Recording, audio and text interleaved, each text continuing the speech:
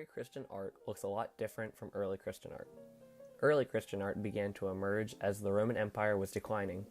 Initially, Christians weren't allowed to exercise their religion freely. This was, of course, until the Roman Emperor Constantine decreed the Edict of Milan in 313 CE, which mandated religious tolerance. We tend to separate early Christian art into two periods, before and after the Edict of Milan. After the Edict of Milan, Christian art flourished throughout the Roman Empire and beyond. However, before 313 CE, Christians had to move in secret. Their art and their decisions of how to operate reflect the decisions of individuals who were isolated and targeted. They used symbols that only other Christians would recognize to communicate religious ideas with fellow believers. One of the earliest Christian symbols was the fish. The Greek letters that form the word for fish, ichthys, could be used as an acronym for the statement, Jesus Christ, Son of God, Savior. Another early Christian symbol was the Alpha and the Omega, which came from Revelation 22:13, in which Jesus states, I am Alpha and Omega, the first and the last, the beginning and the end.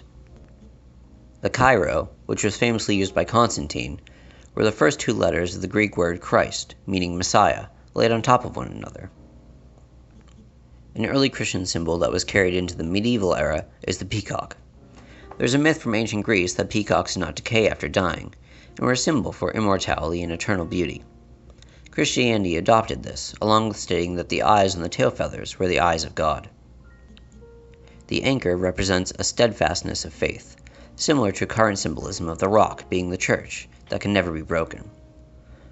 This was also a way for early Christians to hide the cross image within the anchor symbol. Like their iconography, Christian burial practices were unique. There are many catacombs found with what we know as early Christian art. Catacombs were important to the Christians because this is where they gathered to bury their dead, and places where they were able to use pictures for religious purposes.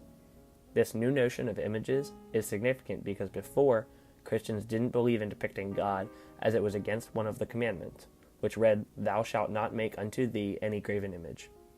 However, early Christians adopted an understanding that only sculptural representations, viewable from 360 degrees, fell into this category of graven images, opening the opportunity for depictions of the heavenly through other mediums, most notably wall and ceiling paintings. These new physical representations of the spiritual transformed Christian identity from something simply understood to something that was palpable and visible. The wall and ceiling paintings previously mentioned are found throughout the Christian catacombs in Rome. One of those catacombs is the Catacomb of Priscilla. Priscilla was a very wealthy Roman woman. It's called Catacomb of Priscilla because it seems she donated her land to be a place where her family, and eventually other Christians, could be buried. The Catacomb of Priscilla includes over 5 miles of underground tunnels, which at times reached 3 stories in depth. The early Christians dug through the tufa, which is the soft stone underneath most of the city of Rome, to continue expanding and making new tombs. By the 5th century, over 40,000 tombs existed, based on what archaeologists have uncovered. The catacombs represented a burial place, as well as a sacred meeting space for early Christians. Meals were sometimes held in the catacombs in honor of the dead buried there. These meals would have been held in the cubicula, or room-like openings, which were connected by the long tunnels of the catacombs. These cubicula would have held a few sarcophagi for a wealthy family. One example is the Greek chapel, which was not a Greek chapel at all, but rather one of the oldest cubicula in the Catacomb of Priscilla, located just off the basement of Priscilla's home. Decorating the walls of the catacombs are many icons that would have been recognizable to early Christians.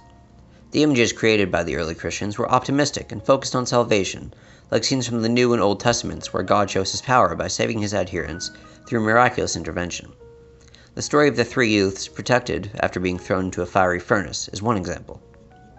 These themes would have strongly appealed to early Christians, who similarly faced intense public persecution and torture for their Christian faith. Scenes also focused on the teachings of Jesus and the miracles he performed. One example is the depiction of Jesus teaching 10 disciples, found in the Catacomb of Domitilla. This notable depiction helps viewers recognize the ties between early Christian art and the prevalent Roman art during its creation, because Jesus is shown in the common stance of a Roman orator, with a scroll in the left hand and the right hand extended as if delivering a speech. Another example from the Catacomb Priscilla is a breaking of the bread scene, which references the biblical stories of the multiplication of loaves and fishes at the Eucharist. A third interesting scene worth analyzing is located in the Cubicule of the Veil. Here we see three depictions of one woman, who is most likely the woman buried there. We see references to her marriage, motherhood, and even her salvation. In addition, we see Christ depicted as the Good Shepherd. Depictions of Christ as the Good Shepherd are some of the most commonly found symbols throughout all of the catacombs of Rome. Outside of early Christian art, shepherds were commonly found as garden figures in pagan villas.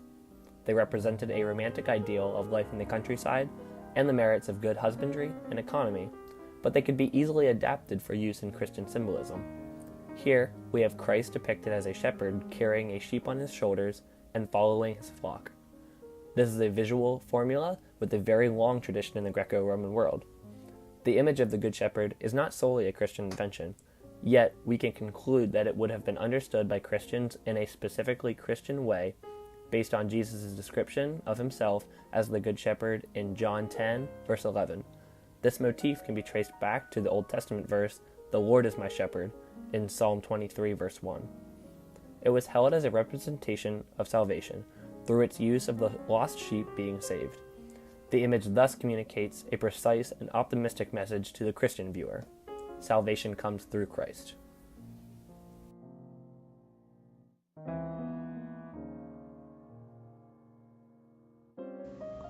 Junius Bassus was a Roman convert to Christianity.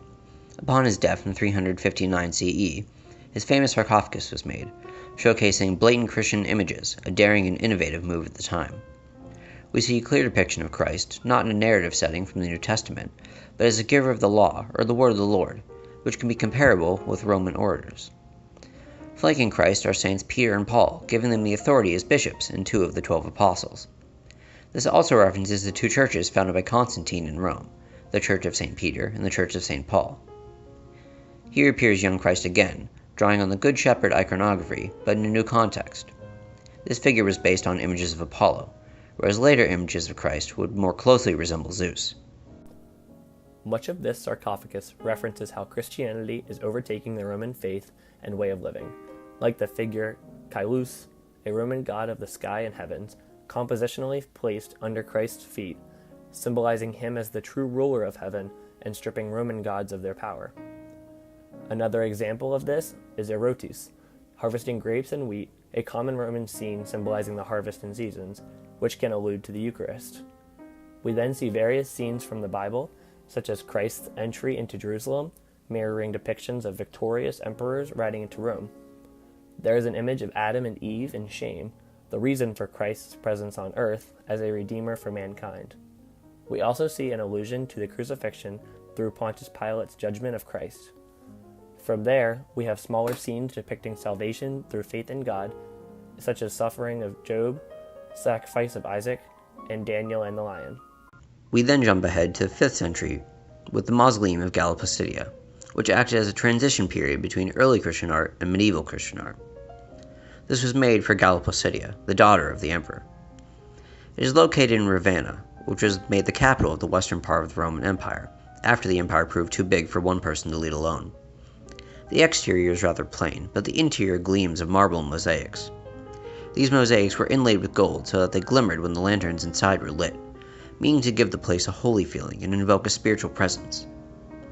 The mosaics are a blend of Roman decorative motifs and Christian iconography, like the use of Roman acanthus leaves that turned into grapevines, which was a nod towards the Eucharist.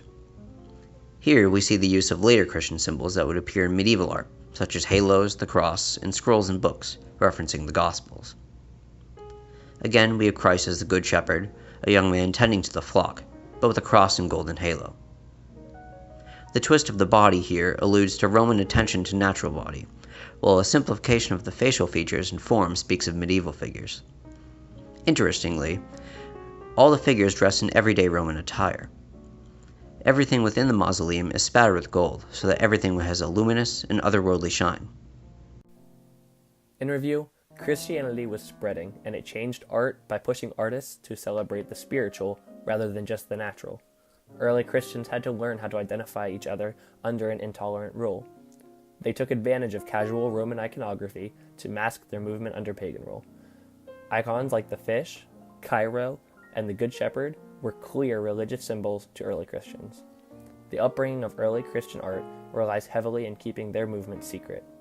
This, of course, changes after 313 CE, when Constantine brought about the emergence of a new type of Christian art.